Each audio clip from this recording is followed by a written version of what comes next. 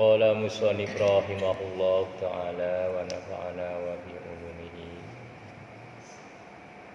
bi asraril ladzi awta'taha ladzi.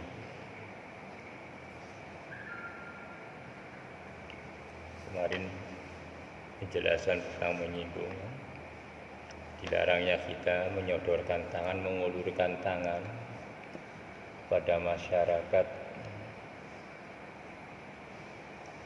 kecuali kita sudah mengerti kalau yang mengulurkan itu adalah semata-mata Allah. Silakan kita berharap kepada masyarakat dengan catatan sesuai dengan hukum, dalam arti halal, tidak memaksa, dengan tujuan untuk kebaikan. Kita meminta kepada mereka gitu, dijalurkan kepada hukum, dan hukum itu halal, boleh, baik untuk kemaslahatan. Kita boleh meminta kepada masyarakat mengulurkan tangan atau mengetuk, sengaja untuk mengetuk hati mereka, atau berbagi-bagi pahala lah gitu. Untuk saling mengisi, membangun masjid umpamanya, dan yang lainnya silakan ketuk mereka untuk memberikan sedekahnya. Itu boleh, yang demikian boleh. Jangan meminta untuk kepentingan pribadi yang bisa menyebabkan menjadi haramnya hukum atau makruhnya hukum, minimal begitu. Karena nanti akan menjadi wabah, menjadi virus gitu. Nah, itu virus yang susah itu juga, virus meminta-minta. Itu kalau sudah menjadi kebiasaan, sudah menjadi virus. Orang kalau kebiasaannya hutang terus, itu juga susah dihilangkan begitu. Hutang di sini dapat, di sana dapat, ya tutup lubang, buka lubang ini. Hutang sama 5 orang, ditagih 5 orang nagih, cari lagi 5 orang, aduh bingung ini. Tapi kalau biasa hutang enak berbicara itu. Nanti kalau tembus terus ya. Kalau ada rezeki nanti. Hanya hutang itu ada batasan hukumnya, ada hadnya hukum hutang itu. Karena terpaksa untuk mengikat persaudaraan itu tidak boleh. Kita lanjut. Qala musannif rahimahullah ta'ala wa nafa'ana wa bi ulumihi. Idza tabasa 'alaika amrani fangdur asqalahuma 'ala nafsi fattabi'hu fa innahu la yasqulu 'alaiha illa ma kana haqqan. Idza tabasa, dan apabila terjadi dilema di dalam diri kita, ada perkara yang serupa, dua perkara baik, dua perkara wajib. Alaika amroni, terhadap kita ada dua perkara yang datang kepada kita. Ini Allah cara mencerdaskan orang-orang mukmin ini begini. Maka fanggur asqalahuma, lihatlah asqalahuma, mana yang lebih berat, ala nafsi, bagi nafsumu, bagi nafsu. Fattabi'hu, maka ikuti perkara yang menurut amarah atau menurut nafsu tidak sesuai, sangat dibenci, itu yang kita lakukan. Nah, ini nanti akan membuka mata hati kita. Pasti sebentar lagi juga ada perkara itu akan datang.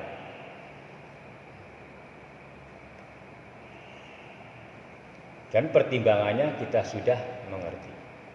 Hadza mizan sahihu bi i'tibari ghalibin illa anfus. Ini gini. Itu adalah pertimbangan yang benar dengan gambaran-gambaran apa yang ada. Pasti akan menimpa kita yang begini.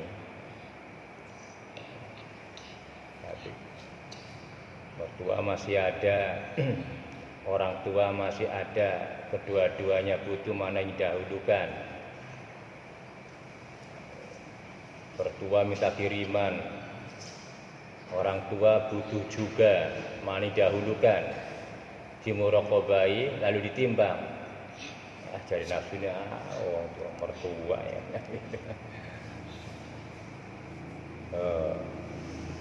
Itu wong tuanya aku ya, saya yang kirim ya wong tuaku dulu, mamanya lebaran bentar lagi begitu. Kadang-kadang orang tua begini Pak, walaupun tidak berharap, tidak mengatakan, sungguhnya mereka itu berharap. Bahagianya mendapat sesuatu dari anak itu bahagia. Walaupun mereka tidak berharap, tidak mengatakan begitu. Apalagi ketahuan, kita mengetahui dalam posisinya begitu butuh, sangat membutuhkan. Di antara keduanya, ini contoh, ini kedua-duanya barang wajib. Ini. Mertua ya wong tua, orang tua ya apalagi. Tapi jika nafsu cenderung kepada orang tua, ya mertua dahulu. Entah ada apa, ikuti aja. Nanti hikmahnya akan terlihat. Kamu tadi dikirimi, aduh, ya bojomu tambah senang. Gue ya. Tapi batin kita, nafsu kita, orang tua. Tapi kita memilih mana sesuatu yang berat bagi nafsu itu yang kita lakukan. Berat betul ini, paling mertua kan berat betul. Aku dulu pernah dikatain mertua ngomong yang gak enak. Nah ini. Pernah mertua ngomong begini-begini, dendam itu ditancapkan. Nafsu begitu tidak menerima. Nah itu yang kita lawan. Ternyata di sisi itu ada sesuatu yang lebih kita tidak mengerti. Besar sekali hikmahnya, namun kita tidak mengerti. Karena kaidah ini dari awal. Maka mudah-mudahan penunjuk jalan inilah yang akan membukakan mata hati kita. Di mana dua perkara hadir, pastinya kita menjadi lemah. Aduh, mana dulu ini? Apa bayar hutang dulu? Sementara ditagih. Sementara sesuatu yang butuh juga. Anak sakit, dilema. Uang pas-pasan. Nanti dihubungkan mana yang diberi oleh nafsu, tetapi ada juga dihubungkan nanti dengan hukum.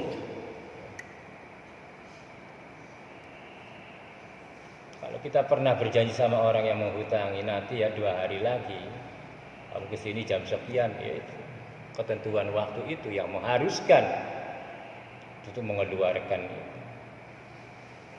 Tapi tiba-tiba Allah memberikan sesuatu yang terjadi secara mendadak itu. Anak sakit, emergensi harus dibawa. Mana yang lebih utama? Memenuhi janji kita kepada orang tadi karena kita punya hutang, apa menolong anak kita?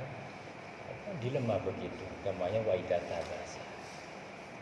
Alaika amroni.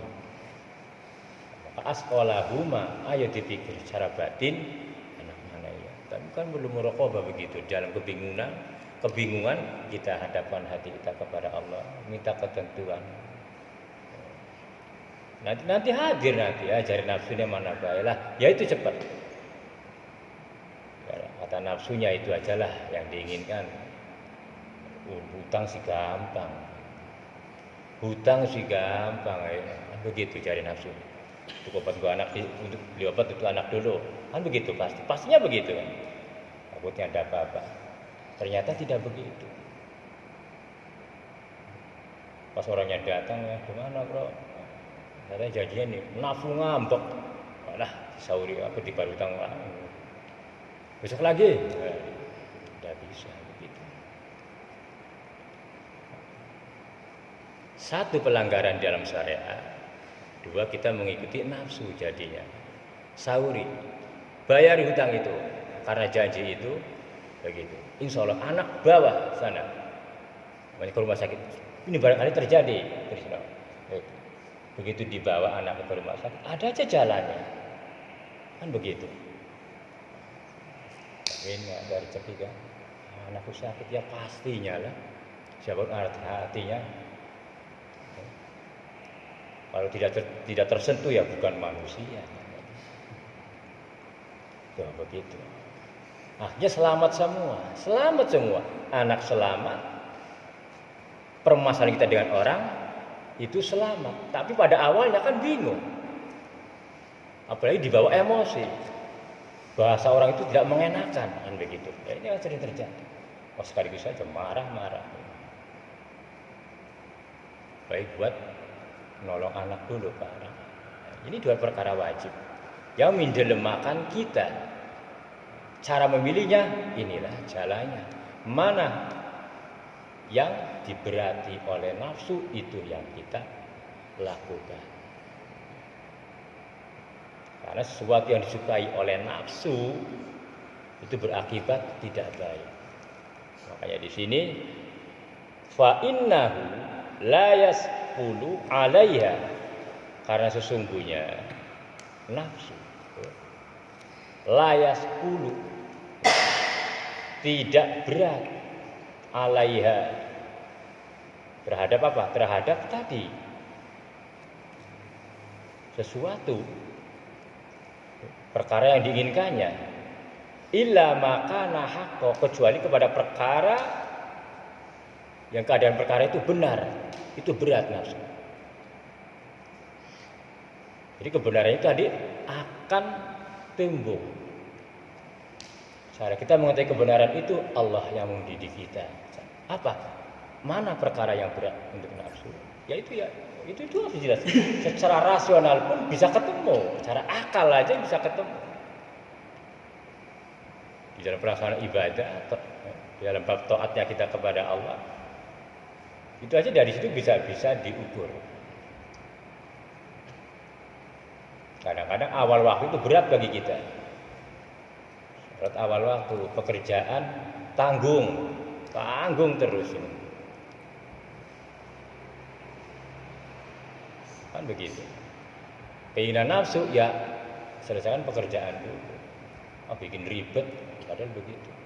Padahal nggak pernah selesai pekerjaan itu.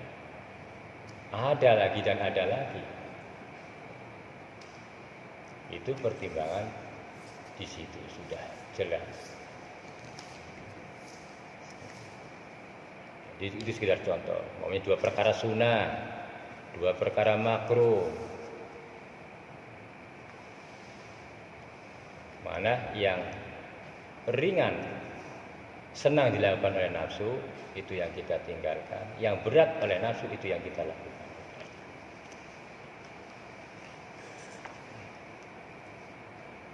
Qala musannif rahimahullahu ta'ala, Allahumma sholli ala sayyidina.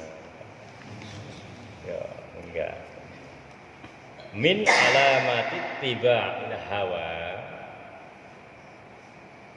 itu al-musyara'ah ila nawafilil khairat min alamati tiba, setengah daripada tanda-tandanya orang yang suka mengikuti hawa nafsunya, tunduk kepada nafsunya, itu musyara'ah ila nawafili, gancangan itu cepet-cepetan,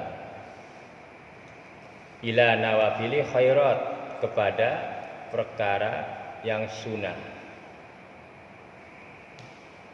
khairat yang baik-baik, itu cepat. Kalau kepada perkara sunnah itu cepat, gampang. Ini cara menilai. Padahal perkara baik kan, kita mengikuti sunnah itu perkara baik. Tapi di samping kebaikan itu dorongan nafsu. sodako untuk kebaikan masyarakat, sodako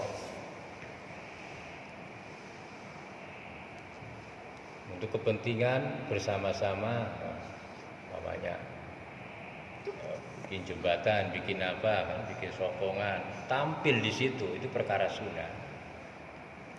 Sedekah itu sunnah. Ya. Padahal hutangnya sama orang masih banyak. Perkara wajibnya belum dipenuhi, tetapi ada keinginan dianggap orang dermawan dan lain sebagainya, larilah kepada sunnah itu. Jangan dahulukan sedekah. Kalau memang masih hutang, kecuali sesuatu yang darurat dibutuhkan oleh orang itu. Tapi kita tidak mencederai untuk membayar hutang.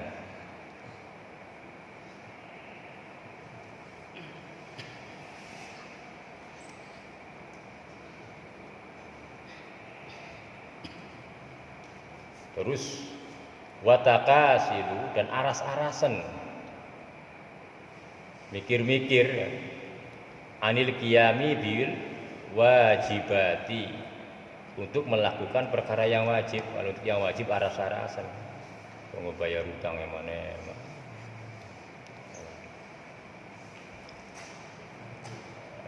Sodako sing cilik-cilik cepet-cepetan. Sodako apalagi nanti di bulan puasa akan berlipat gandakan, bukan 10 lipatan lagi, 70 lipatan. Artinya tumbai pek dia akan dibalas 70 kali lipat. Siapa yang bersedekah di bulan Ramadan, Allah akan membalasnya. Kali kan utangnya 10 juta, sodako 1.000 dikali 70 kali lipat, nanti pira pikir? Oh, dibayar utang ya. Di hari pertama, di hari kedua, ketika tambah berat, tambah banyak kelipatannya. Dia tumpai ngomong HP. Lumayan ya, barangkali Allah melipat gandakan. Senang. Yang perkara sunnah utangnya sih libet biasa. Utang di ngubah baru melayu. Utang di wong ngindar bae, akelah kok perkara. Kewajiban wong tua ditinggal. Kadang-kadang begitu. Itu min alamati tiba'il hawal musari'ati ila nawafili. Pada perkara yang ringan, pada perkara yang sunnah, itu cepat-cepatan melaksanakannya. Nanti kelihatan. Maksudnya apa? Ria, berjalannya ria ini akan nampak di suatu perkara perbuatan seseorang yang kebanyakan perkara itu bukan perkara yang diwajibkan.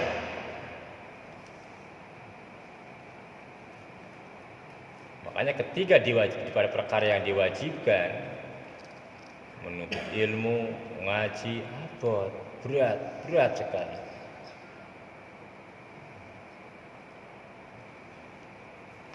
Ya, itu sebagian contoh saja gambaran-gambaran.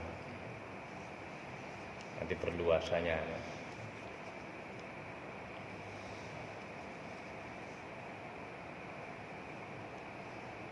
Biarkan mengkonon ya. Sunah-sunah, maktub sunah rawatib, ba'diyah, qobliyah. Itu kalau di masjid banyak-banyakan. Tapi yang lebih utama di rumah. So, ini perkara dua perkara sunnah. Melaksanakan di masjid lebih giat, tapi melaksanakan di rumah lebih malas itu. Padahal utamanya sunnah. Sholat sunnah yang khusus itu lebih utama dilakukan di rumah, jangan di masjid. Ya, qobliyah ba'diyah sampai berlipat-lipat berkali-kali. Tapi untuk bangun malam umpamanya berat betul, nah itu sudah. Kalau kita sudah bisa melawan bangun malamnya, insya Allah itulah perkara mujahidatun nafsu kita terungkap.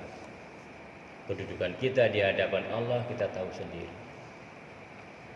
Ukuran kekuatan iman kita tahu. Doifnya kita merasakan. Ajiznya, rentannya iman kita akan mengenal.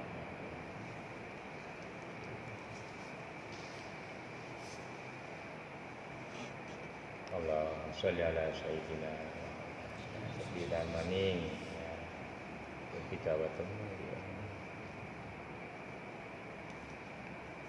Nah ini qayyada ta'atu bi'a ya'il awqat, bundeli maksudnya membatasi ta'at bi'a ya'il awqat, dengan dicegahnya saat itu oleh waktu, dengan waktu, di waktu-waktu.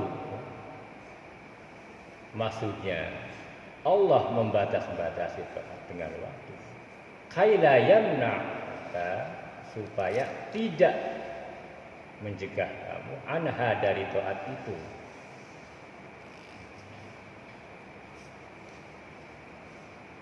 Dikasih waktu oleh Allah, maghrib ada batasnya, isya ada batasnya, supaya kita bisa melaksanakan waktu itu.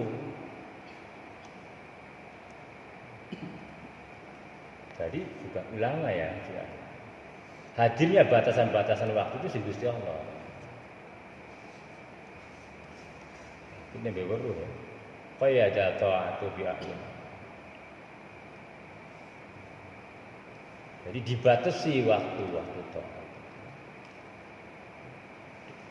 Dengan waktu, maksudnya kaila yamna'uka, supaya tidak mencegah kamu anha dari taat itu. Apa? Dicegah untuk wujudun nasu, ngende-ngende.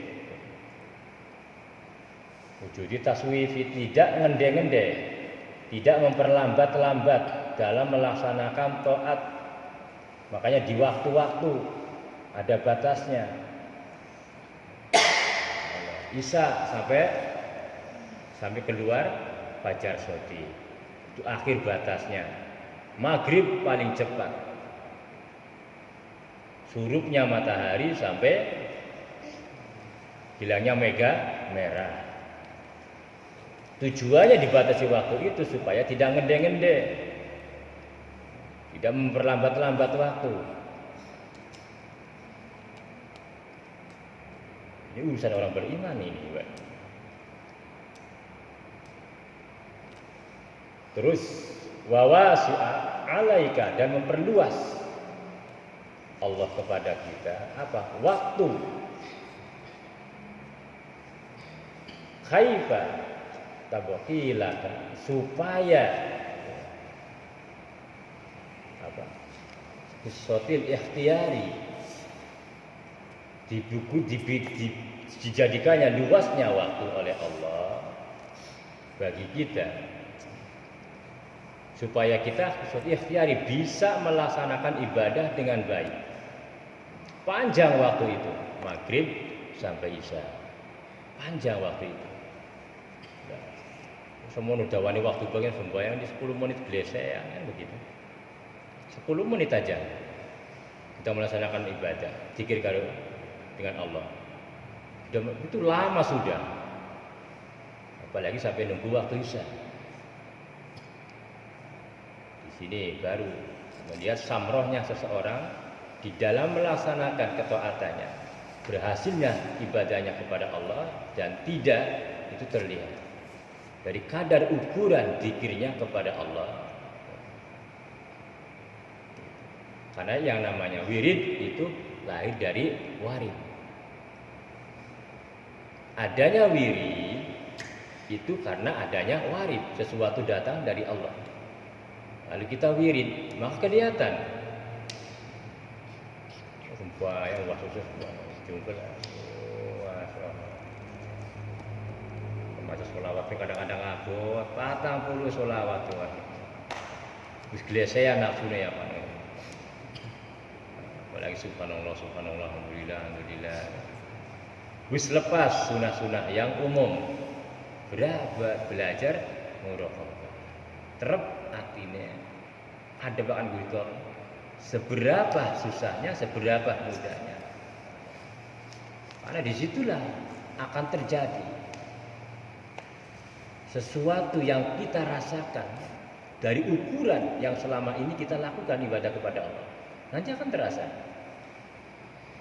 Dari muraqabah itu, dari penjiwaan, memfokuskan hati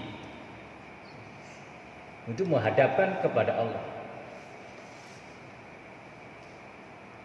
Nanti baru akan terlihat ukuran-ukuran kadar keimanan kita itu bakal terlihat. Setelah terlihat kita merasakan betapa susahnya, nah baru tertelungkup kita di hadapan. Tujuannya itu untuk tumbuh pengakuan bahwasanya fadilahnya Allah bukan karena permintaan, bukan karena sebuah ibadah kita kepada Allah, bukan karena taat kita kepada Allah. Betul-betul itu adalah melulu rahmatnya Allah. Itu terasa dari caranya kita berzikir kepada Allah, mengingat Allah. Kok tidak ketemu-temu? Gitu. Namanya ingat itu adalah sifatnya Allah. Sedangkan manusia al-insan ma'alun, manusia itu lupa tempatnya. Ingat itu sifatnya Allah. Makanya ingat itu kepada Allah tidak bisa kita bikin. Coba aja kalau bisa dibikin, jadi wali semuanya. Mau ingat kepada Allah satu hari ini, kita lupa-lupa, nikmatnya tidak bisa begitu. Baru ngomong, baru niat, plus hilang lagi. Gitu. Nah, baru merasakan iya berarti eling iman itu Allah haknya itu adalah fadlah Allah. Artinya orang yang dikasih keimanan eling karo Allah betul-betul anugerah. Ingin mendapatkan anugerah yang banyak, ya bagaimana caranya? Ya, terasa. Iya. Nah, nanti kita mengerti apa sesungguhnya ya. Yang menjadikan hati ini kenapa tidak bisa menghadap kepada Allah. Kalau mustaqbilal kiblat, istiqbal itu maknanya menghadap. Tapi malah mungkur, lepas dari yarhalu ilallah, dari jalan menuju Allah itu lepas, keluar jalur. Akhirnya apa? Sesat. Tapi kesesatan kita yang selama ini, untung-untung saja kita mengakui kita banyak sesatnya. Ini yang dikhawatirkan kita banyak sesat tapi tidak mengakui. Sudah sembahyang banyak lupanya, tetapi tidak akui kesesatannya, itu namanya zalim. Begitu. Ini sudah baca. Lalu ilmu tidak dituntut gimana ibadah mau ditingkatkan. Mau kita tingkatkan keimanan, ketakwaan kita, gimana akan meningkatnya, bro? Neng ngaji ilmu ini orang ditingkatkan, gimana ibadah itu akan punya nilai di hadapan Allah. Nah, ingin meningkat ibadah di Gusti Allah, tingkatkan ilmunya, kuasai hukum-hukumnya, mengerti hukumnya, jalannya itu namanya meningkatkan kualitas ibadah kepada Allah. Kalau cuma kita dengan ukuran kebaikan itu dengan ukuran dohiriyah, semua orang bisa melaksanakan. Siapa yang terbiasa melakukan sunnah rawatib 4 rakaat, pahalanya jaminan surga, semua orang melakukan semua itu. Wah, berarti sudah dapat surga benar. Dia tuh sendiri. Alhamdulillah hari ini kita sudah bikin surga. Terus begitu. Kalau diukur dengan syariat.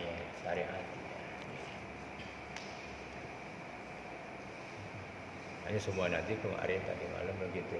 Nanti kita bulan puasa nanti mempelajari setiap perkara-perkara syariat, hukum-hukum yang berkaitan dengan syariat itu harus berkaitan dengan hakikat, harus dikenalkan. Zakat syariat ada zakat batin.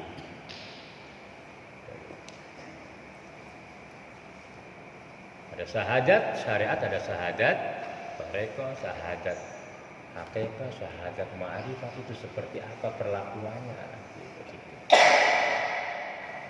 Sholat ada sholat zahir, ada sholat batin. Sholat zahir ya sholat syariatiyah, begitu namanya sholat batin. Islam yang sembahyang berarti wong Islam. Sholat batinnya menentukan dia iman apa tidak kepada Allah. Jikalau di dalam sholatnya tidak ada ingat, maka bukan iman. Iman tidak berjalan. Putus imannya kepada Allah. Berjalan hanya dohirnya saja. Sedangkan taat itu laksana patung yang bergerak. Begitu.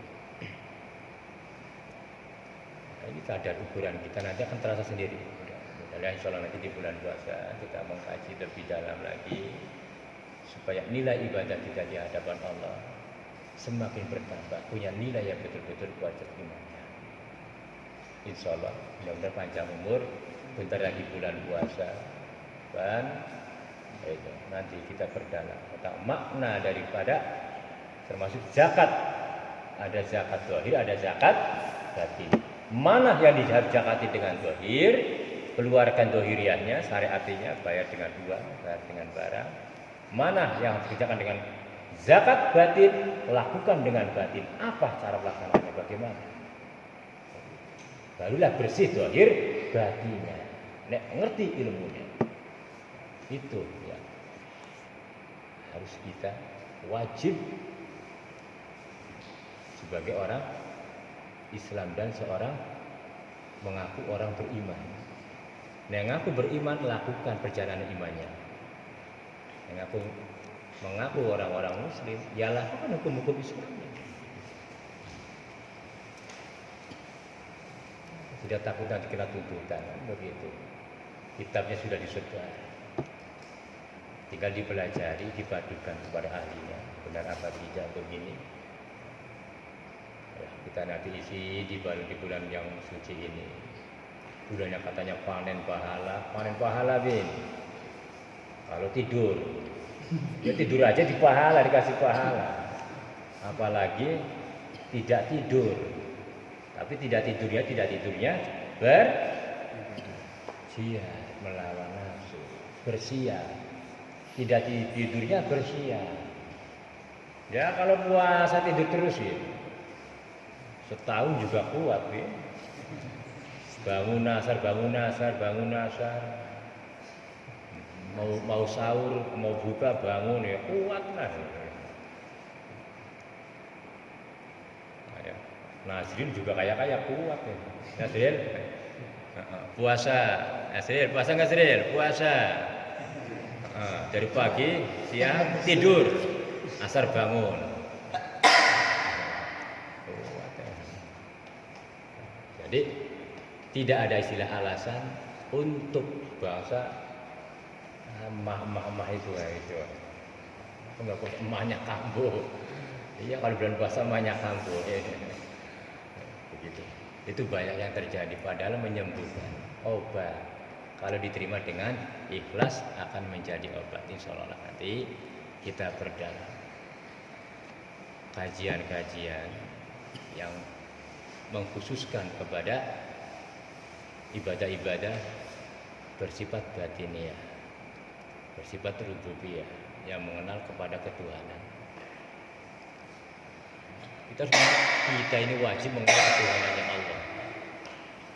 Karena apa? Karena itu ada di dalam diri kita. Jadi kalau kita tidak kenal, dosa besar hukumnya. Sampai di sini aja dulu lah. Mudah-mudahan memotivasi kita untuk hari-hari yang akan datang. Besoknya lagi, sebentar lagi kita menyambut